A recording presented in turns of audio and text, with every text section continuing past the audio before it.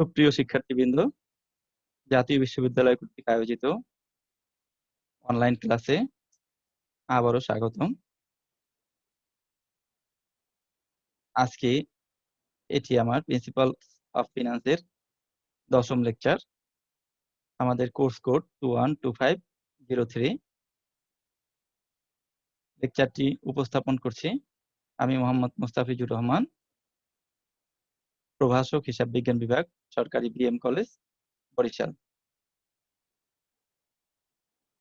তাহলে এটি হচ্ছে প্রিন্সিপাল অফ ফিনান্স এর 10ম লেকচার, অধ্যায় 8, মূলধন বাজেটিং কৌশল বা ক্যাপিটাল বাজেটিং টেকনিক। এই লেকচার শেষে আমরা যে বিষয়ে জানতে পারবো সেগুলো হলো বিনিয়োগ প্রকল্প মূল্যায়নের পদ্ধতি, মেথডস অফ প্রজেক্ট ইভ্যালুয়েশন, সনাতন পদ্ধতি, ট্রেডিশনাল মেথড, বাট্টাকৃত নগদ প্রবাহ পদ্ধতি, ডিসকাউন্টেড ক্যাশ ফ্লো মেথড বা ডিসিএফ মেথড। প্রথমেই বিনিয়োগ প্রকল্প মূল্যায়নের পদ্ধতি, মেথডস অফ প্রজেক্ট ইভ্যালুয়েশন। বিনিয়োগ প্রকল্প মূল্যায়ন পদ্ধতি বলতে কি বোঝায়? কোনো প্রকল্পে বিনিয়োগ করার পূর্বে যে পদ্ধতি অবলম্বন করে প্রকল্পের মুনাফা যোগ্যতা নির্ণয় করে উত্তম প্রকল্প নির্বাচন করা হয়, সেই প্রক্রিয়াটিকেই বিনিয়োগ প্রকল্প মূল্যায়ন পদ্ধতি বলে। তাহলে মূল বিষয়টি হলো এই যে যখনই আমরা কোথাও বিনিয়োগ করব বা কোনো প্রকল্পে বিনিয়োগ করব, তখন সেই প্রকল্পটি মূল্যায়ন করার প্রয়োজন আছে। এখন এই প্রকল্পটি মূল্যায়ন করার জন্য যে পদ্ধতি অবলম্বন করা হয় সেগুলো কি বলা হয়? বিনিয়োগ প্রকল্প মূল্যায়ন পদ্ধতি।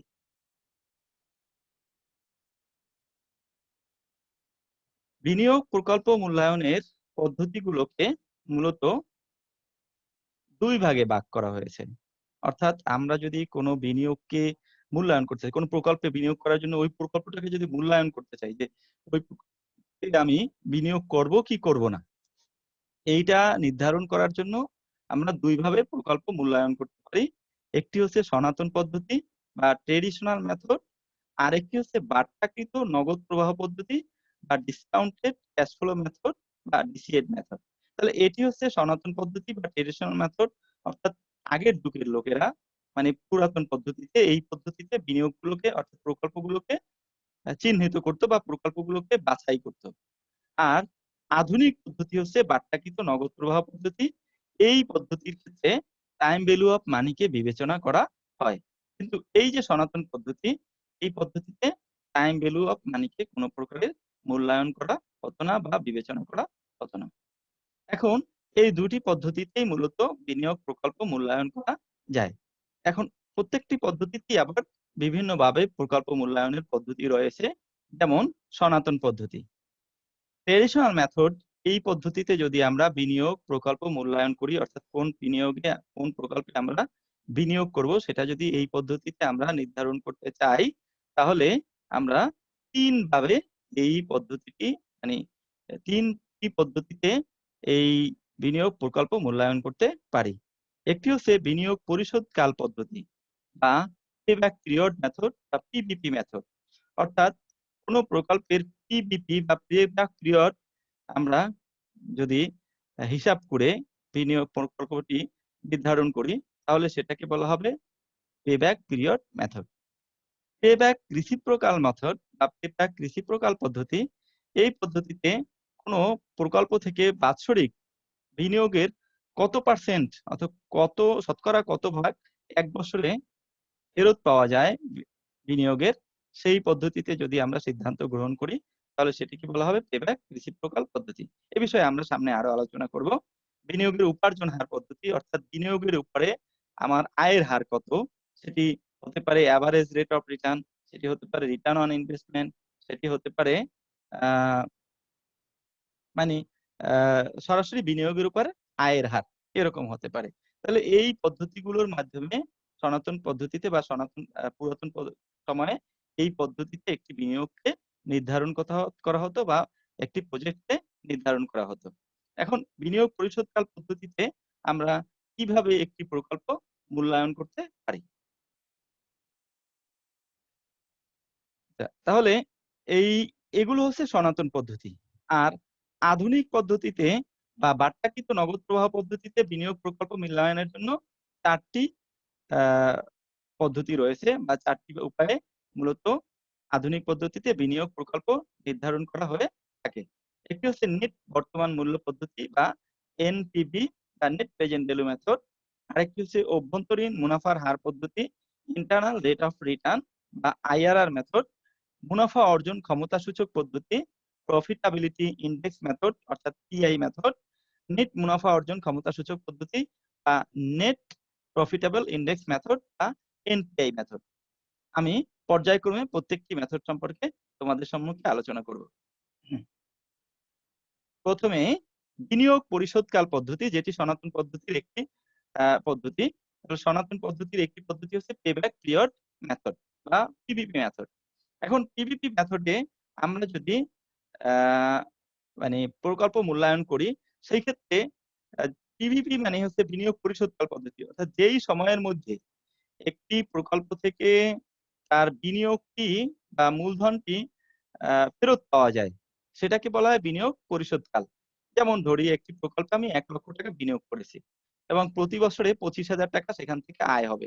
তাহলে আমার যে মূলধন সেটি ফেরত পেতে আমার সময় লাগবে ১,০০,০০০ ভাগ ২৫,০০০ অর্থাৎ ৪ বছর। তাহলে ৪ বছরে আমি বিনিয়োগটা ফেরত পাচ্ছি। এজন্য এটাকে বলা হবে পিবিপি হবে ৪ বছর।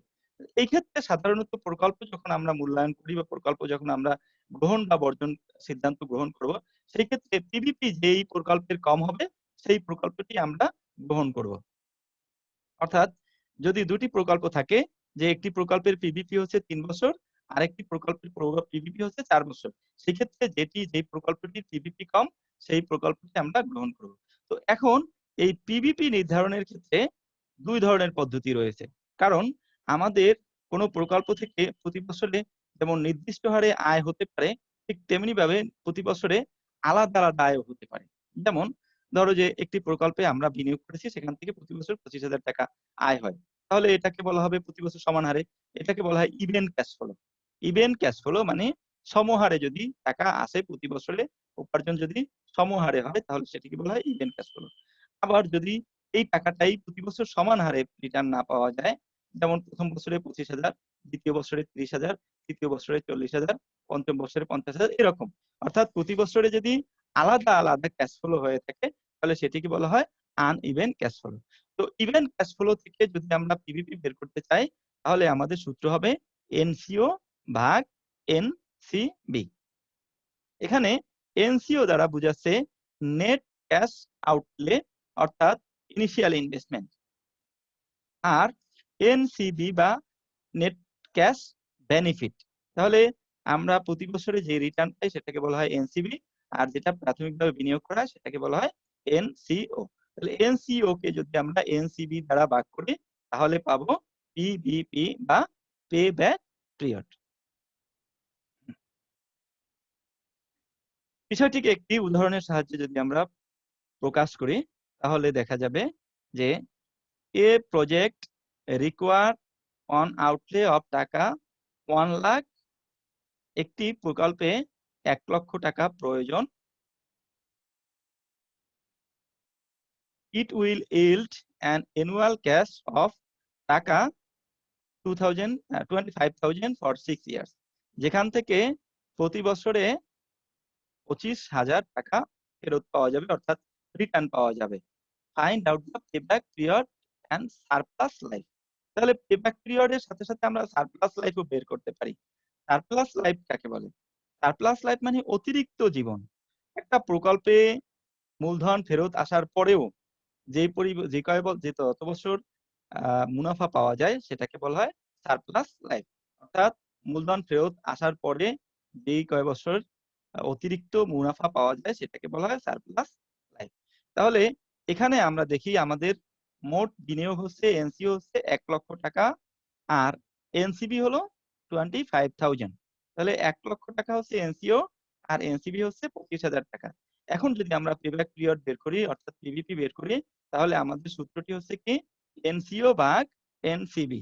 কারণ এনসিও ভাগ এনসিবি এইখানে যদি আমরা মান বসিয়ে দিই, অর্থাৎ এনসিও সমান 1 লাখ আর এনসিবি হচ্ছে 25,000, তাহলে আমাদের ভাগ করলে যেটা আসবে সেটা হচ্ছে 4, অর্থাৎ 4 ইয়ার্স। তাহলে এই প্রকল্পটির পিভিপি হচ্ছে 4 ইয়ার্স। এটি আমরা এই প্রকল্পটি গ্রহণ করার ক্ষেত্রে এই পিভিপির মাধ্যমে নির্ধারণ করা যাবে না যদি এটা সারপ্লাস লাইফ আমরা না জানি। যদি এই প্রকল্পটি টোটাল ইয়ার্স 4 বছরই হয় তাহলে এই প্রকল্পটি গ্রহণ করা ঠিক হবে না। কিন্তু যদি এর প্রকল্পটির বছর একাধিক এর পরেও যদি অনেক বছর রিটার্ন পাওয়া যায় তাহলে বুঝতে হবে যে আমাদের মূলধন ফেরত আসা হয়ে গেছে, এখন আরো এক্সট্রা লাভ পাওয়া যাচ্ছে, সুতরাং প্রকল্পটি ভালো। সেই ক্ষেত্রে এই প্রকল্প থেকে 6 বছর পর্যন্ত ক্যাশ ফ্লো হওয়ার সম্ভাবনা আছে। তাহলে এই প্রকল্পটির সারপ্লাস লাইফ হবে টোটাল ইয়ার্স ভাগ পিভিপি মাইনাস পিভিপি। তাহলে টোটাল ইয়ার্স কত? 6 ইয়ার্স। আর পিভিপি হলো কত? 4 ইয়ার্স। তাহলে সারপ্লাস লাইফ কত? 2 ইয়ার্স। তাহলে এই প্রকল্পটির সারপ্লাস লাইফ হচ্ছে 2 ইয়ার্স বা 2 বছর। তো এই সারপ্লাস লাইফের ভিত্তিতে যদি সিদ্ধান্ত গ্রহণ করা হয় তাহলে যে প্রকল্পের সারপ্লাস লাইফ বেশি সেই প্রকল্পটি গ্রহণযোগ্য হবে, আর যে প্রকল্পটির সারপ্লাস লাইফ কম সেই প্রকল্পটি বর্জনীয় হবে। আমি আবার একটু স্পষ্ট করছি। ধরি যে দুটি প্রকল্প রয়েছে তোমার হাতে, তাহলে দুটি প্রকল্পের একটি প্রকল্পের সারপ্লাস লাইফ হচ্ছে 3 বছর, আরেকটি প্রকল্পের সারপ্লাস লাইফ হচ্ছে 2 বছর, অর্থাৎ অতিরিক্ত মুনাফা পাওয়া যাবে।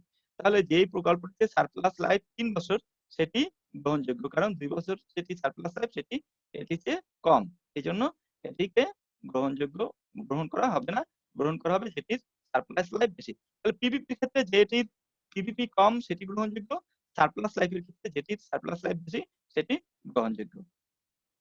আশা করি তোমরা ইভেন্ট ক্যাশ ফ্লো এর পিভিপি নির্ণয়ের বিষয়টি বুঝতে পেরেছো। এবারে আমরা তাহলে আসি আনইভেন্ট ক্যাশ ফ্লো থেকে যেভাবে আমরা পেব্যাক পিরিয়ড নির্ধারণ করব। এই ক্ষেত্রে আমরা একটি সূত্র ব্যবহার করব, সেটি হচ্ছে এ প্লাস বি মাইনাস সি বা ডি। এখানে বি মাইনাস সি না দিয়ে আমরা লিখতে পারি এরকমও এ প্লাস এনসিও মাইনাস সি ভাগ ডি।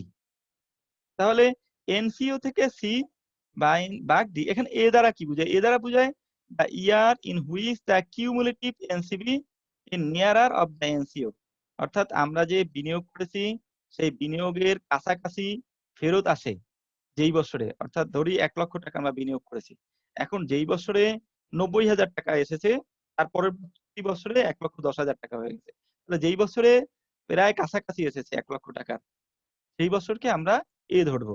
আর যেই বছরে আমরা এর বি মানে হচ্ছে এনসিও আর সি হচ্ছে cumulative NCP up to the year A, অর্থাৎ ইয়ার এ পর্যন্ত যেখানে আমরা এ ধরেছি ওই বছরের কিউমুলেটিভ এনসিপি কত সেটা, বা কিউমুলেটিভ সিএফএটি কত সেটা। এবারে ডি হচ্ছে এনসিপি বা CFAT of the following year of A, অর্থাৎ এ যে বছরে আমরা ধরেছি সেই বছরের পরবর্তী বছরের সিএফএটিটাই হচ্ছে ডি। আমরা একটা উদাহরণের মাধ্যমে বিষয়টাকে উপস্থাপন করছি। দেখো যে Zakir and sons wants to invest টাকা 1 lakh in a certain project. Zakir and sons চাচ্ছে যে একটি প্রকল্পে 1 লক্ষ টাকা বিনিয়োগ করবে। The company expects following cash flows inflow after tax. তাহলে সিএফএটি চাচ্ছে প্রথম বছরে 20,000 টাকা, দ্বিতীয় বছরে 30,000 টাকা, তৃতীয় বছরে 40,000 টাকা এবং চতুর্থ বছরে 50,000 টাকা। এখন আমাকে নির্ধারণ করতে বলা হয়েছে পিভিপি। তো সেই ক্ষেত্রে আমরা যদি পিভিপি নির্ধারণ করি, এক্ষেত্রে আমি জানি না যে কোন বছরে 1 লক্ষ টাকা এসেছে, তাহলে প্রথম বছরে 20,000, দ্বিতীয় বছর 30,000, তাহলে ফেরত আসলো কত? 50,000 টাকা। আর তারপরের বছর 40,000, তাহলে মোট হলো কত? 90,000 টাকা। এখনো কিন্তু আমার মূলধন ফেরত আসেনি। আর পরের বছর 50,000 টাকা, তাহলে আমার মোট ফেরত আসলো কত? 1,40,000 টাকা। তাহলে কিন্তু বেশি এসে গেছে। তাহলে আমার 3 বছরের চেয়ে বেশি লাগছে, আমার মূলধনটা ফেরত আসতে 3 বছরের থেকে বেশি লাগছে, কিন্তু 4 বছরের থেকে কম। তাহলে এইটা কত বছর হবে? অবশ্যই 3 বছরের থেকে বেশি। তাহলে এ হচ্ছে 3, অর্থাৎ এইখান থেকে আমরা দেখি এখানে তাহলে এ হচ্ছে 3, আর এই এ যে বছরকে আমরা 3 ধরেছি সেই বছরের কিউমুলেটিভ সিএফএটি হচ্ছে 90,000। তাহলে এটা হচ্ছে এ, এটা হলো সি, আর বি তো আমাদের এনসিও। এনসিও কত? 1 লক্ষ টাকা। আর তার পরবর্তী বছরের ক্যাশ ফ্লো 50,000 টাকা। এটা হচ্ছে বি। তাহলে এটা হলো এ, এটা হচ্ছে সি, এটা হলো ডি। এভাবে আমরা টিক চিহ্নের মাধ্যমে প্রকাশ করতে পারি এই। তাহলে এ ডি সি,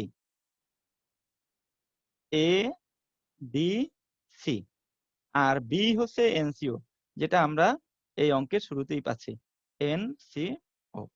এখন আমরা এই সূত্রে যদি মানটা বসাই, যে সূত্রটা আমাদের ছিল, কি সূত্র ছিল? পিভিপি সমান এ প্লাস বি মাইনাস সি ভাগ ডি।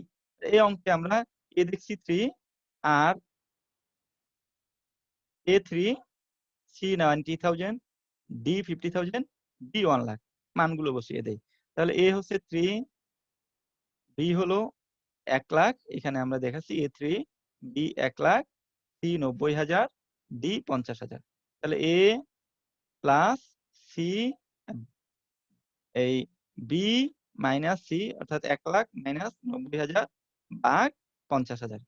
তাহলে এখানে 1 লক্ষ থেকে 90,000 টাকা গেলে থাকবে 10,000, আর নিচে 50,000। তাহলে ভাগ করলে আছে 0.20। তাহলে এই অঙ্কের পেব্যাক পিরিয়ড হচ্ছে 3.20 ইয়ার্স, অর্থাৎ পেব্যাক পিরিয়ড হচ্ছে 3.20 ইয়ার্স। এই অঙ্কটিতে আমাদেরকে আহ, যদি আমাদেরকে এই অঙ্কটিতে সারপ্লাস লাইফ বের করতে বলা হয়, তাহলে আমরা দেখি যে এখানে মোট ফেরত আসছে কত বছর? 4 বছর। আর এখানে পিভিপি কত? 3.2 ইয়ার্স। তাহলে সারপ্লাস লাইফ কত হবে? 4 বিয়োগ 3.2, তার মানে 0.80 ইয়ার্স হচ্ছে সারপ্লাস লাইফ। এবারে আমরা আসি পেব্যাক রিসিপ্রোকাল মেথড বা পিবিআর মেথড। পিবিআর বা পেব্যাক রিসিপ্রোকাল বলতে যেটি বোঝায় সেটি হচ্ছে যে প্রতি বছরে মূলধনের কত অংশ ফেরত পাওয়া যায় তার শতকরা হারকে পেব্যাক রিসিপ্রোকাল বলে। আর একটি বিনিয়োগে বিনিয়োগকৃত মূলধনের যেই অংশ প্রতি বছরে পাওয়া যায় তার শতকরা হারকে পেব্যাক রিসিপ্রোকাল বলে। এখন এই পেব্যাক রিসিপ্রোকালের বাহির করার জন্য আমাদের দুটি সূত্র রয়েছে। একটি হচ্ছে এনসিবি ভাগ এনসিও, যেটা আমাদের পিভিপি বাহির করার উল্টা। পিভিপি তে ছিল এনসিও ভাগ এনসিবি, আর পিবিআর হচ্ছে এনসিবি বাই এনসিও ইনটু 100। এই যদি আমরা প্রথম অঙ্কটি ধরি, অর্থাৎ আমাদের যে প্রথম অঙ্কটি ছিল সেটাও যদি আমরা ধরি, যে এই অঙ্কটার যদি আমাদের পেব্যাক রিসিপ্রোকাল বের করতে বলা হয়, তাহলে এখানে এনসিও হচ্ছে 1 লাখ আর এনসিবি হচ্ছে 25,000। এখন এটাকে যদি আমরা পিবিআর বের করতে চাই, তাহলে আমরা খুব সহজেই পিবিআর বের করতে পারবো। এনসিবি 25,000 আর এনসিও 1 লাখ ইন্টু 100, তাতে আসবে 25%। তাহলে পেব্যাক রিসিপ্রোকাল হচ্ছে 25%। কিন্তু আনইভেন ক্যাশ ফ্লোতে ক্ষেত্রে এই সূত্রটি এভাবে ব্যবহার করতে হবে, 1/পিভিপি। যদিও এভাবে কিন্তু আমরা ইভেন ক্যাশ ফ্লোতেও করতে পারি। যেমন আমাদের পিভিপি ছিল কত? 1 নম্বর অঙ্কে এই অঙ্কটাতে পিভিপি ছিল 4, তাহলে সূত্র হবে 1/4 ইনটু 100, তাহলে 25% হবে। কিন্তু যদি আমরা এই আনইভেন ক্যাশ ফ্লোর ক্ষেত্রে বের করতে চাই, তাহলে তো এনসিবিটা আমাদের নির্ধারিত এনসিবি না, প্রতি বছর আলাদা আলাদা। সেই ক্ষেত্রে অবশ্যই পিভিপিটা বের করে নিতে হবে আগে। তাহলে যদি আমরা পিভিপি আগে বের করে নেই, তারপরে পিবিআর বের করা সহজ হবে। সূত্র হবে কি? 1/পিভিপি ইনটু 100। এখানে আমরা পিভিপি বের করেছি কত? 3.20 ইয়ার্স। তাহলে এটা যদি আমরা পিভিপির মান 3.20 বসাই, তাহলে 1/3.20 ইনটু 100, তাহলে আসে 31.25%। এটি হচ্ছে পেব্যাক রিসিপ্রোকাল। এখন এই পেব্যাক রিসিপ্রোকালের ক্ষেত্রে যেটা সিদ্ধান্তের ক্ষেত্রে যে এটা হবে, সেটা হচ্ছে যে আমরা প্রকল্প যদি নির্ধারণ করি বা প্রকল্প গ্রহণ বর্জনের ক্ষেত্রে যে প্রকল্পটির যদি একাধিক প্রকল্প আমাদের হাতে থাকে, সেই ক্ষেত্রে পেব্যাক রিসিপ্রোকাল বা পিবিআর যে প্রকল্পের বেশি হবে, পিবিআর যে প্রকল্পের বেশি হবে, আবার বলছি আমি, পেব্যাক রিসিপ্রোকাল যে প্রকল্পের বেশি হবে, মনে রাখবা যে পেব্যাক রিসিপ্রোকাল যার বেশি হবে সেই প্রকল্পটি গ্রহণযোগ্য, কিন্তু পিভিপি যার কম হবে সেটি গ্রহণযোগ্য। পিভিপি কম হওয়া মানে কি? তাড়াতাড়ি টাকা ফেরত পাওয়া। আর পিবিআর বেশি হওয়া মানে কি, প্রতি বছরে মূলধনের অধিক পরিমাণে টাকা মানে ফেরত পাওয়া।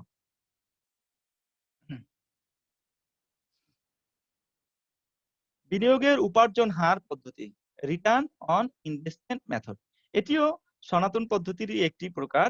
তাহলে সনাতন পদ্ধতির আরেকটি পদ্ধতি হচ্ছে return on investment method, ROI। এখানে আমরা দুইভাবে রিটার্ন অন ইনভেস্টমেন্ট নির্ধারণ করতে পারি, একটি হচ্ছে ROI, আরেকটি হচ্ছে ARR। তাহলে ROI মানে হচ্ছে রিটার্ন অন ইনভেস্টমেন্ট, অর্থাৎ ইনিশিয়াল ইনভেস্টমেন্টের উপরে অ্যাভারেজ আর্নিং আফটার ট্যাক্সের হারকে রিটার্ন অন ইনভেস্টমেন্ট বলে। অ্যাভারেজ ইএটি প্রথমে উপরে, আর নিচে হচ্ছে অরিজিনাল ইনভেস্টমেন্ট বা ইনিশিয়াল ইনভেস্টমেন্ট ইনটু 100, তাহলে পাবো ROI। আর ARR বা অ্যাভারেজ রেট অফ রিটার্ন যেটা, সেটা হচ্ছে অ্যাভারেজ ইএটি ভাগ অ্যাভারেজ ইনভেস্টমেন্ট। মনে রাখতে হবে যে এই দুটোই রিটার্ন। সুতরাং রিটার্নের ক্ষেত্রে সিদ্ধান্ত গ্রহণ পদ্ধতি হচ্ছে এই যে যদি যে প্রকল্পটির রিটার্নের হার বেশি সেই প্রকল্পটি গ্রহণযোগ্য, সেক্ষেত্রে ROI হলেও এবং ARR হলেও দুটি প্রকল্প যখনই আমরা বাছাই করব যে প্রকল্পটির ROI বেশি বা ARR বেশি সেই প্রকল্পটি গ্রহণযোগ্য। এক্ষেত্রে ইনিশিয়াল ইনভেস্টমেন্ট আমরা আগেই শিখেছি, সেটা ছিল হচ্ছে initial cost of machinery plus WC। গত সপ্তম অধ্যায়ে তোমাদেরকে আমি দেখিয়েছি যে ইনিশিয়াল কস্ট অফ মেশিনারি বা বেসিস অফ ডেপ্রিসিয়েশন, সেটার সাথে যদি ওয়ার্কিং ক্যাপিটাল যুক্ত করা হয় তাহলে আমরা এনসিও বা ইনিশিয়াল ইনভেস্টমেন্ট পাই। তাহলে এইটা হচ্ছে ইনিশিয়াল ইনভেস্টমেন্ট। আর এভারেজ ইএটি বের করার জন্য সামেশন অফ ইএটি ভাগ নাম্বার অফ ইয়ার্স, অর্থাৎ total EAT K number of years দিয়ে ভাগ করলে এভারেজ ইএটি পাবো। আর এভারেজ ইনভেস্টমেন্ট বাইর করার জন্য আমাদের সূত্র হবে initial cost of machinery plus সেলভেজ value ভাগ 2, সাথে ওয়ার্কিং ক্যাপিটাল যুক্ত হবে। একটি উদাহরণের সাহায্যে বিষয়টি আমি স্পষ্ট করার চেষ্টা করছি। এখানে বলা আছে Arif and company decided to buy a machine. Arif and company একটি মেশিন ক্রয় করার সিদ্ধান্ত নিয়েছে। The cost of the machine is টাকা 1 লাখ। এই মেশিনটার মূল্য হচ্ছে 1 লক্ষ টাকা। It's required working capital is টাকা 10,000, এবং এখানে ওয়ার্কিং ক্যাপিটাল প্রয়োজন 10,000 টাকা ফর রানিং দ্য মেশিন, মেশিনটা পরিচালনার জন্য। Estimated life of the machine is 5 years. এই মেশিনটার এস্টিমেটেড লাইফ হচ্ছে 5 বছর। The life after the life সেলভেজ value is টাকা 20,000, এবং এই বছর শেষে এটার বিক্রি মূল্য হবে 20,000 টাকা। Net income of the company are as follows. কোম্পানিটির নেট ইনকাম হচ্ছে নিম্নরূপ: প্রথম বছরে 7,000, দ্বিতীয় বছরে 9,000, তৃতীয় বছরে 11,000, চতুর্থ বছরে 13,000, পঞ্চম বছরে 15,000, টোটাল 55,000। তাহলে নেট ইনকাম বলতে বোঝায় ইএটি। আমি আগেও বলেছি তোমাদের সপ্তম অধ্যায়ে আমি বলেছি যে নেট ইনকাম বলা হয় ইএটি কে বা আর্নিং আফটার ট্যাক্স থেকে। এখন এই অঙ্কে যা যা চাওয়া হয়েছে, you are required to calculate average EAT, তার মানে এই যে ইএটি আছে বা এনআই আছে, নেট ইনকাম আছে, সেটার অ্যাভারেজ বের করো। অ্যাভারেজ ইনভেস্টমেন্ট এআই বের করো, যেটা আমরা আগে সূত্রে দেখেছি, এই যে average investment WC plus ICM plus SB ভাগ 2। তারপরে বের করতে বলা হয়েছে average rate of return ARR, যেটি আমরা সূত্রে দেখেছি অ্যাভারেজ ইএটি ভাগ অ্যাভারেজ ইনভেস্টমেন্ট ইনটু 100। তারপরে বের করতে বলা হয়েছে original investment Y. Original investment বাইর করার পদ্ধতি হচ্ছে ইনিশিয়াল ইনভেস্টমেন্ট বা original ICM plus WC, initial cost of machine plus working capital. তারপরে রিটার্ন অন ইনভেস্টমেন্ট ROI, যেটি এখানে আছে এভারেজ ইএটি ভাগ ইনিশিয়াল ইনভেস্টমেন্ট। এখন এই অঙ্কে তাহলে আমরা প্রথমে দেখি এভারেজ ইএটি বের করার জন্য টোটাল ইএটি কে আমাদের নাম্বার অফ ইয়ার্স দিয়ে ভাগ করতে হবে। এখানে নাম্বার অফ ইয়ার্স কতগুলো রয়েছে? 5টা। আর টোটাল ইএটি রয়েছে কত? 55,000। তাহলে আমাদের এভারেজ ইএটি কত হবে? 55,000 ভাগ 5, অর্থাৎ 11,000 টাকা। এরপরে আমাদের যে বিষয়টি চাওয়া হয়েছে সেটা হচ্ছে average investment AI। Average investment বাহির করার সূত্র হচ্ছে working capital plus initial cost of machine plus সেলভেজ value ভাগ 2। তাহলে এখানে দেখো ওয়ার্কিং ক্যাপিটাল কত রয়েছে? 10,000 টাকা, ইনিশিয়াল ইনভেস্টমেন্ট 1 লক্ষ টাকা, আর সেলভেজ ভ্যালু 20,000 টাকা। বিষয়টিকে আমরা সূত্রে যদি বসিয়ে দেই তাহলে ওয়ার্কিং ক্যাপিটাল 10,000, ইনিশিয়াল ইনভেস্টমেন্ট 1 লক্ষ মানে ICM, initial cost of machinery, সেলভেজ value 20,000, 1 লক্ষ প্লাস 20,000। এটাকে যদি আমরা 2 দ্বারা ভাগ করি, 1 লক্ষ 20,000 কে 2 দ্বারা ভাগ করলে হবে 60,000 টাকা। এই 60,000 টাকাকে সাথে ওয়ার্কিং ক্যাপিটাল 10,000 টাকা যুক্ত করলে আমাদের এভারেজ ইনভেস্টমেন্ট হবে 70,000 টাকা। তাহলে এভারেজ ইনভেস্টমেন্ট হলো 70,000 টাকা। এটি আমাদের 2 নাম্বার রিকোয়ারমেন্টের উত্তর।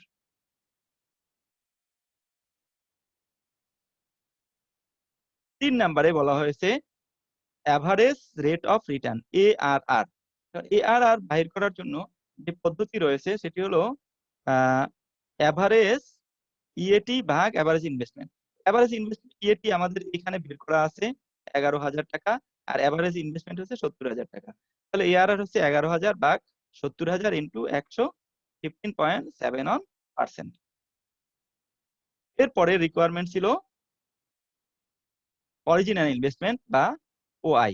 তাহলে অরিজিনাল ইনভেস্টমেন্ট বা ইনিশিয়াল ইনভেস্টমেন্ট সমান হচ্ছে ICM প্লাস ওয়ার্কিং ক্যাপিটাল। তাহলে initial cost of machinery plus working capital. Initial cost of machinery 1 লক্ষ টাকা আর ওয়ার্কিং ক্যাপিটাল 10,000। তাহলে মোট ইনভেস্টমেন্ট হচ্ছে ইনিশিয়াল ইনভেস্টমেন্ট হচ্ছে 1,10,000 টাকা।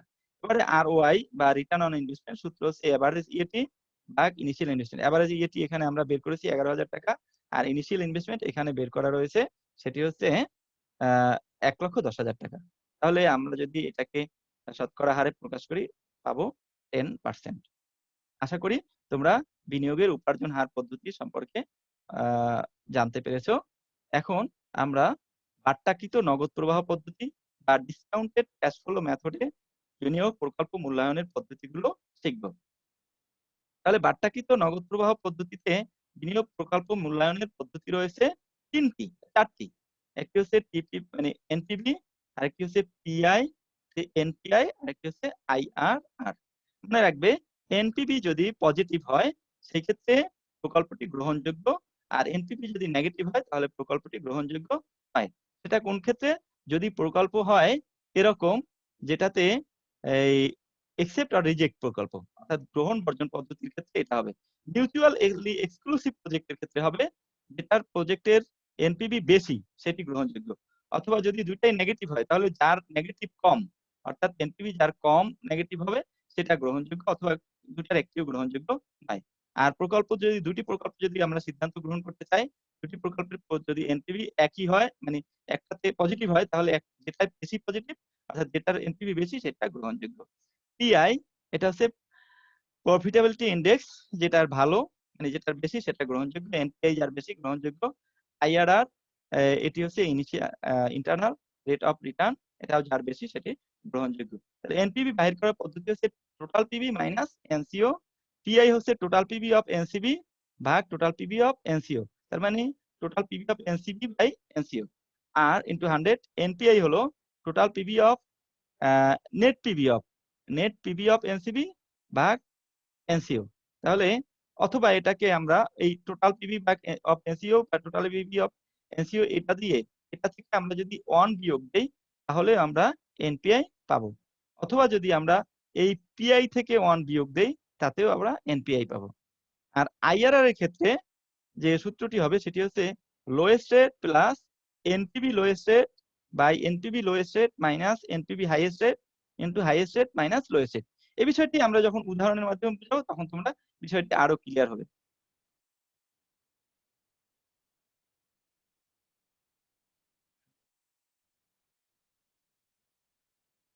যেমন এখানে বলা আছে an investment required টাকা 5 lakh initial outflow that will provide। একটি ইনভেস্টমেন্টের টাকার প্রয়োজন হচ্ছে 5 লক্ষ টাকা, তার মানে এনসিও হচ্ছে 5 লাখ টাকা এই অঙ্কে, যেটা উইল প্রোভাইড টাকা 2 লাখ টাকা 250 লাখ 2,50,000, 1,50,000, 1,90,000, অর্থাৎ 2 লাখ 2,50,000, 1,50,000, 1,90,000 টাকা যেখান থেকে পাওয়া যাবে রিটার্ন হিসেবে কত 1, 2, 3, 4 বছর রেসপেক্টিভলি, অর্থাৎ 1 থেকে 4 বছর পর্যন্ত যথাক্রমে 2 লাখ 2,50,000, 1,50,000, 1,90,000 পাওয়া যাবে। সেই ক্ষেত্রে অপরচুনিটি কস্ট বা ফান্ড ফান্ড 13.50%, যেটাকে বলা হয় ডিসকাউন্টেড রেট বা অপরচুনিটি কস্ট অথবা কস্ট অফ ইকুইটি। এটা এখন এটা দিয়ে calculate the following and comment about making investment, অর্থাৎ নিচের বিষয়গুলো ক্যালকুলেট করো এবং এই ক্ষেত্রে ইনভেস্টমেন্ট করা হবে কিনা সেটি সিদ্ধান্ত গ্রহণ করো বা সিদ্ধান্ত জানাও। তাহলে এনপিভি প্রথমে চাওয়া হয়েছে এনপিভি নেট প্রেজেন্ট ভ্যালু, 2 নম্বরে পিআই, 3 নম্বরে এনপিআই, 4 নম্বরে আইআরআর। এই সবগুলো জিনিস বের করার জন্য আমরা একটি তালিকা ব্যবহার করতে পারি বা টেবিল ব্যবহার করতে পারি। এই টেবিলটিতে আমরা টোটাল পিবি নির্ধারণ করতে পারবো এবং পিআই নির্ধারণ করতে পারবো, এনপিআই নির্ধারণ করতে পারবো, আইআরআর নির্ধারণ করতে পারবো।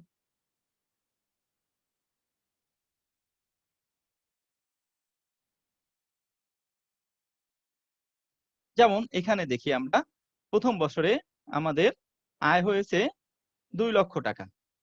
তাহলে সিএফএটি হচ্ছে 2 লক্ষ টাকা। যেহেতু এই অঙ্কে কোনো ট্যাক্স রেট দেয়া নেই, সেইজন্য সিএফএটি 2 লক্ষ টাকায় নির্ধারণ করা হয়েছে। যদি ট্যাক্স রেট থাকতো, তাহলে আমরা এটাকে এই পদ্ধতিতে নির্ধারণ করতাম সিএফএটিটা। তাহলে যদি আমাদের অঙ্কের ট্যাক্স রেট থাকতো, সেই ক্ষেত্রে আমরা এই রেভিনিউ থেকে দেয়া থাকতো অথবা ইবিআইটি দেয়া থাকতো। ইবিআইটি দেওয়ার পরে আমরা ডেপ্রিসিয়েশন বাদ দিতাম। ডেপ্রিসিয়েশন বাহির করার জন্য আমাদের পদ্ধতি হচ্ছে মোট টাকাকে, অর্থাৎ কস্ট অফ মেশিনারি বা C minus SB, salvage value ভাগ এন, সেটা দিয়ে আমরা ডেপ্রিসিয়েশন বের করতাম।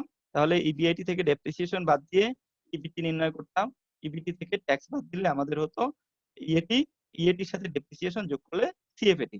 তাহলে এই পদ্ধতিতে আমরা সিএফএটি নির্ধারণ করতাম যদি এই অঙ্কে ট্যাক্স দেয়া থাকতো। যেহেতু অঙ্কটিতে ট্যাক্স দেয়া নেই, তাহলে আমরা ধরে নিলাম এই টাকাগুলো সবগুলোই সিএফএটি, অর্থাৎ ক্যাশ ফ্লো আফটার ট্যাক্স। যদি এরকম তোমাদের ক্যাশ ফ্লো আফটার ট্যাক্স না থেকে ক্যাশ ফ্লো বিফোর ট্যাক্স দেওয়া থাকে, অর্থাৎ ইবিআইটি যদি দেওয়া থাকে, তাহলে এইখানে এই ক্ষেত্রে এই সিএফএটির আগে আরো কয়েকটি ঘর যুক্ত করতে হবে। প্রথমটি হবে তাহলে ইবিআইটি, তারপরটি ডেপ্রিসিয়েশন, তারপরেরটা হচ্ছে ইবিটি, তারপরেরটা ট্যাক্স, তারপরেরটা হবে ইএটি, তারপরেরটা হবে সিএফএটি। তাহলে এই কয়টা ঘর অতিরিক্ত হবে, যেগুলো আমি এখানে এই কলাম আকারে দেখিয়েছি। আশা করি তোমরা বিষয়টি বুঝতে পেরেছো, অথবা বই থেকে আরো সহযোগিতা নিলে বিষয়টি আরো স্পষ্ট হবে। কিন্তু আমাদের অঙ্ক লাগবে সিএফএটি থেকে শুরু করতে হবে। তাহলে সিএফএটি থেকে আমাদের যেহেতু 13 পয়েন্ট, ডিএফ হচ্ছে 13.50%, এটা দিয়ে আমাদের ডিসকাউন্টেড ফ্যাক্টর বের করতে হবে। আর ডিসকাউন্ট ফ্যাক্টর বাইর করার পদ্ধতি হচ্ছে 1 ভাগ 1 প্লাস আর পাওয়ার এন। তার মানে 1 সূত্রের 1 প্লাস আর হচ্ছে 0.1350, এখানে 1.1350, এটাকে আমরা এখানে বসাবো। এবং এই পাওয়ার এন, এন হলো যদি 1 বছর হয় তাহলে 1, যদি 2 বছর হয় তাহলে 2, 3 বছর হলে 3, 4 বছর হলে 4। তাহলে 1 কে আমরা 1.1350 দিয়ে ভাগ করলে যেটা পাবো সেটা হচ্ছে প্রথম বছরের ডিসকাউন্টেড বা ডিসকাউন্ট ফ্যাক্টর, এটাকে পিবিআইএফ বলা হয়। আর যদি আমরা এটাকে আবার ভাগ করি 1.1350 দ্বারা, তার মানে যদি 1.1350 পাওয়ার 2 দিয়ে ভাগ করি তাহলে আসবে এটি। তারপর আবার যদি 1.1350 দিয়ে ভাগ করি তাহলে আসবে 0.6869। তাহলে এই প্রতি বছরের ডিসকাউন্ট ফ্যাক্টর এরকম আসবে। এটি তোমাদের বইয়েও দেয়া রয়েছে, সেখান থেকে নির্ধারণ করে নিতে পারো। তাহলে এই সিএফএটি কে আমরা যদি ডিসকাউন্ট ফ্যাক্টর দিয়ে গুণ করি তাহলেই পাবো পিবি বা প্রেজেন্ট ভ্যালু। এখানে এই 2 লক্ষকে ডিএফ দিয়ে গুণ করলাম, তাহলে আমরা পাই 1,76,200। এটাকে ডিসকাউন্ট ফ্যাক্টর দিয়ে গুণ করলে 1,94,050, 1,50,000 কে এটা দিয়ে গুণ করলে 1,03,035। ঠিক এরকম গুণ করে আমরা সবগুলো পিবি পেয়েছি, 4 বছরেরই পিবি পেয়েছি। এখন তাহলে টোটাল পিবি হবে 4 বছরে 5,75,486 টাকা। এখন আমরা জানি যে এনপিভির সূত্র কি? এনপিভি সমান total PV by NCO minus NCO.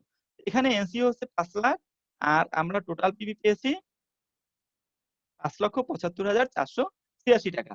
তাহলে আমাদের এনপিভি হবে রিকোয়ার্ড অন এর এনপিভি হচ্ছে টোটাল পিভি মাইনাস এনসিও 5,75,486 বিয়োগ 5 লাখ, 75,486। এইটি হচ্ছে এই প্রকল্পের এনপিভি। এখন আমাকে যদি এই ইনভেস্টমেন্ট সংক্রান্ত সিদ্ধান্ত গ্রহণ করতে হয়, তাহলে আমি বলবো যে as the NPV of this project is positive, so I must accept this project। তাহলে এটা হচ্ছে সিদ্ধান্ত। এবারে আমাদের পিআই, 2 নাম্বার রিকোয়ারমেন্ট ছিল পিআই। আমরা জানি পিআই বাহির করার পদ্ধতি হচ্ছে টোটাল পিভি অফ এনসিবি ভাগ total PV of NCO. Total PV of NCO অর্থাৎ বিনিয়োগের বর্তমান মূল্য 5 লক্ষ টাকা, আর এনসিবির বর্তমান মূল্য বা সিএফএটির বর্তমান মূল্য আছে 5,75,486। এই 5,75,486 বা কে 5 লক্ষ দ্বারা যদি আমরা ভাগ করি তাহলে আসবে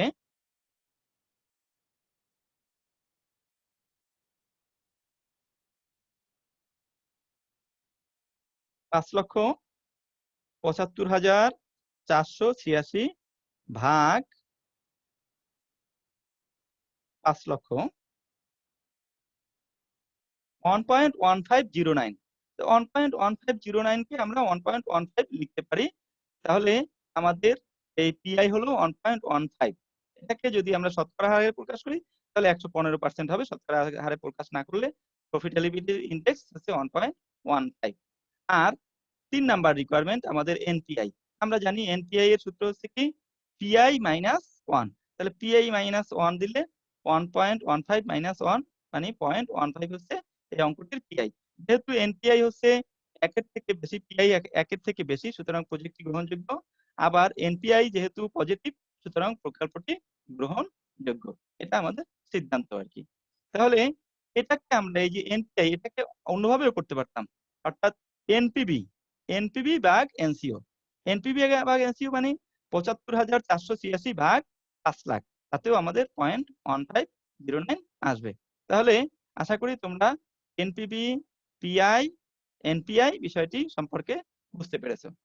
এখন আমাদের যে আইআরআর, আইআরআর এর জন্য আমরা বলেছিলাম যে একটি সূত্র রয়েছে লোয়েস্ট রেট আর NPV lowest rate, highest rate minus lowest rate, NPV highest rate. এখানে আমাদের ২টা এনপিভি দরকার। একটা হচ্ছে লোয়েস্ট রেটের এনপিভি আর একটা হচ্ছে হাইয়েস্ট রেটের এনপিভি, আর একটা হাইয়েস্ট রেট আর একটা লোয়েস্ট রেট দরকার। সেহেতু যেহেতু এই অঙ্কে আমাদের একটি রেট দেয়া রয়েছে 13.50 এবং এইটাতে আমাদের এনপিভি আসছে ৫,৭৫,৪৮৮। তাহলে এনপিভি মানে এনপিভি হয়েছে এখানে একটি রেট আছে 13.50, এই রেটে এনপিভি হচ্ছে ৫,৭৫,৪৮৮। এখন যেহেতু টোটাল পিভি হচ্ছে ৫,৭৫,৪৮৬, এনপিভি হয় ৭৫,৪৮৮ টাকা। কিন্তু এই এনপিভিটা হচ্ছে পজিটিভ। আমরা জানি আইআরআর মানে হচ্ছে একটি মাধ্যম যে মানে এমন একটি রেট যেই রেটে প্রকল্পের মানে বিনিয়োগে আয়ের হার শূন্য হবে, অর্থাৎ এনপিভি শূন্য হবে। তাহলে যে রেটে প্রতিষ্ঠানের লাভ লস কিছুই হবে না সেই রেটটি হচ্ছে আইআরআর। সেই ক্ষেত্রে যেহেতু আমাদের একটি পজিটিভ মান এসেছে, অর্থাৎ এনপিভি পজিটিভ এসেছে 13.50 তে, তাহলে এই রেটটি আইআরআর হয়। তাহলে আইআরআর হবে কোনটি? এটি কমতে হবে। ৭৫,৪৮৬ থেকে কমে শূন্য আসতে হবে। যেখানে শূন্য সেখানে মানে সেটাই হবে আমাদের আইআরআর। সেইজন্য আমরা এমন একটি রেট নেব যেই রেটে এইটা পজিটিভ না হয়ে, এনপিভি পজিটিভ না হয়ে নেগেটিভ হবে। তো যদি পজিটিভ থেকে আমরা নেগেটিভে নিতে চাই সেই ক্ষেত্রে ডিসকাউন্ট ফ্যাক্টর বাড়াতে হয়। তো আমরা ধরে নিলাম যে এই ডিসকাউন্ট ফ্যাক্টরটি 25%। এটা ধরার জন্য একটি লজিক ব্যবহার করা যেতে পারে। সেটা হচ্ছে এই যে ৫,৭৫,৪৮৬ টাকা কমাতে হবে। সেটা কমানোর জন্য কত পার্সেন্ট ব্যবহার করা যেতে পারে? এটা তোমরা একটু লজিক ব্যবহার করে পারবে, অথবা আমি পরবর্তীতে এই বিষয়ে কমেন্টের মাধ্যমে জানিয়ে দেব। যেহেতু আমাদের লেকচারের সময় কম সেহেতু এখানে বিস্তারিত আলোচনা করা সম্ভব হয়নি। যাই হোক, তাহলে 25% যদি আমরা ধরি সেই ক্ষেত্রে পিভি এনপিভি টোটাল পিভি হয় ৪,৭৪,৬২৪ টাকা। যেটা দিয়ে আমরা যদি এই এনসিও থেকে, টোটাল পিভি থেকে যদি এনসিও বাদ দেই তাহলে সেই ক্ষেত্রে আমাদের যে এই এখানে এনপিভিটা আসবে ৪,৭৪,৫২৪ মাইনাস ৫,০০,০০০, তাতে আছে মাইনাস 25,376। তার মানে এনপিভিটা এখানে আমাদের নেগেটিভ এসেছে। এখন তাহলে আমরা ২টা এনপিভি পেয়েছি, ২টা রেট পেয়েছি। একটা রেট হচ্ছে 13.50%, একটা হচ্ছে 25%। একটা এনপিভি হলো ৭৫,৪৮৬ পজিটিভ, আরেকটা এনপিভি হলো ২৫,৩৭৬। এখন আমরা তাহলে যে সূত্র রয়েছে আমাদের সেই সূত্র অনুযায়ী আমরা বিষয়গুলোকে একটু সাজিয়ে নেই। লোয়েস্ট রেট 13.50, যেহেতু ২টা রেট, একটা 25%, একটা 13.50। তাহলে লোয়েস্ট রেট 13.50, 0.1350। হাইয়েস্ট রেট 25% মানে 0.25। এনসিও ৫ লাখ অঙ্কে দেয়া আছে। এনপিভি এলআর অর্থাৎ লোয়েস্ট রেটের ক্ষেত্রে এনপিভি আমাদের আসছিল ৭৫,৪৮৬ আর এনপিভি হাইয়েস্ট রেটে আছে মাইনাস ২৫,৩৭৬। এখন এটা যদি আমাদের আইআরআর এর সূত্রে বসে, lowest rate 0.1350 plus NPV lowest rate ৭৫,৪৮৬ বাই এনপিভি লোয়েস্ট রেট ৭৫,৪৮৬ minus uh NPV highest rate minus ২৫,৩৭৬ কিন্তু highest rate minus lowest rate. তাহলে এখানে আমরা পাই ৭৫,৪৮৬ আর এগুলোকে যোগ করলে পাই ১,০৮,০০০ মানে ১,৮৬২,৬২ আর এখানে 0.1350 এটাকে যদি আমরা ভাগ করি তাহলে আসে 0.7484। এটা একটা পয়েন্ট, এটা বিয়োগ করলে আসে 0.115, যেটা দিয়ে এটাকে গুণ করলে আমরা পাই 0.0860, যার সাথে 0.1350 যোগ করলে আমাদের মোট রেজাল্ট আসে 0.2210 বা 22.10%, অর্থাৎ 22.10%। এটাই হচ্ছে আমাদের এই অঙ্কটির IRR, অর্থাৎ ইন্টারনাল রেট অফ রিটার্ন। এই রেটে যদি আমরা এই প্রজেক্টটির ক্যাশ ফ্লোকে ডিসকাউন্ট করি তাহলে রেজাল্ট 0 হবে। মূলত এই অঙ্কগুলোতে অনেক সময় একটু আগে মানে কম বেশি হতে পারে, কারণ যেহেতু এটা অ্যাজাম্পশন করা হয় সেজন্য কম বেশি হতে পারে। তোমাদের IRR এর ক্ষেত্রে 25% বা এখানে 26% ধরে করলেও অঙ্ক হবে। তাহলে আমরা আজকের এই অধ্যায়ে যা কিছু জানতে পারলাম সেটা হচ্ছে যে আমরা কিভাবে বিনিয়োগ প্রকল্প মূল্যায়ন করব এবং বিনিয়োগ প্রকল্প মূল্যায়ন করে সেই প্রকল্পে বিনিয়োগ করব। সেই ক্ষেত্রে সনাতন পদ্ধতি রয়েছে, আধুনিক পদ্ধতি রয়েছে বা ডিসকাউন্টেড পদ্ধতি রয়েছে। সনাতন পদ্ধতিতে আবার বেশ কয়েকটি ভাবে অর্থাৎ প্রকল্প নির্ণয় করা যায়। তার মধ্যে ছিল পিভিপি, পিভিআর, ROI আর ARR এই বিষয়গুলো। আর আধুনিক পদ্ধতিতে বা ডিসকাউন্টেড পদ্ধতিতে এনপিভি, এনপিআই, IRR এগুলোর মাধ্যমে বিনিয়োগ প্রকল্প মূল্যায়ন করা যায়। তাহলে তোমাদের আমি আশা করি তোমরা বিষয়টি সম্পর্কে মোটামুটি ধারণা পেয়েছো। এর চেয়েও যদি বেশি তোমাদের জানতে হয় তাহলে তোমরা এই বইগুলো অনুসরণ করবে। গিটম্যানের Lawrence J principles of managerial finance, Desley Scott and Eugene F ব্রাইহামের এসেনশিয়ালস অন ম্যানেজারিয়াল ফাইন্যান্স, এই সমস্ত বইগুলো তোমরা অনুসরণ করতে পারো। এবং যদি তারপরে সমস্যা হয় আমাদের ন্যাশনাল ইউনিভার্সিটির যে ওয়েবসাইটে বা যে সাইটে এই লেকচার গুলো দেওয়া হবে সেই লেকচারের কমেন্টে তোমরা সমস্যা সংক্রান্ত বিষয়ে জানাবে। আমি চেষ্টা করব বিষয়গুলো সমাধান করার জন্য। তোমরা ভালো থাকবে, সুস্থ থাকবে এই প্রত্যাশা করে আজকের মতো এখানেই শেষ করছি। ভালো থাকো। আল্লাহ হাফেজ।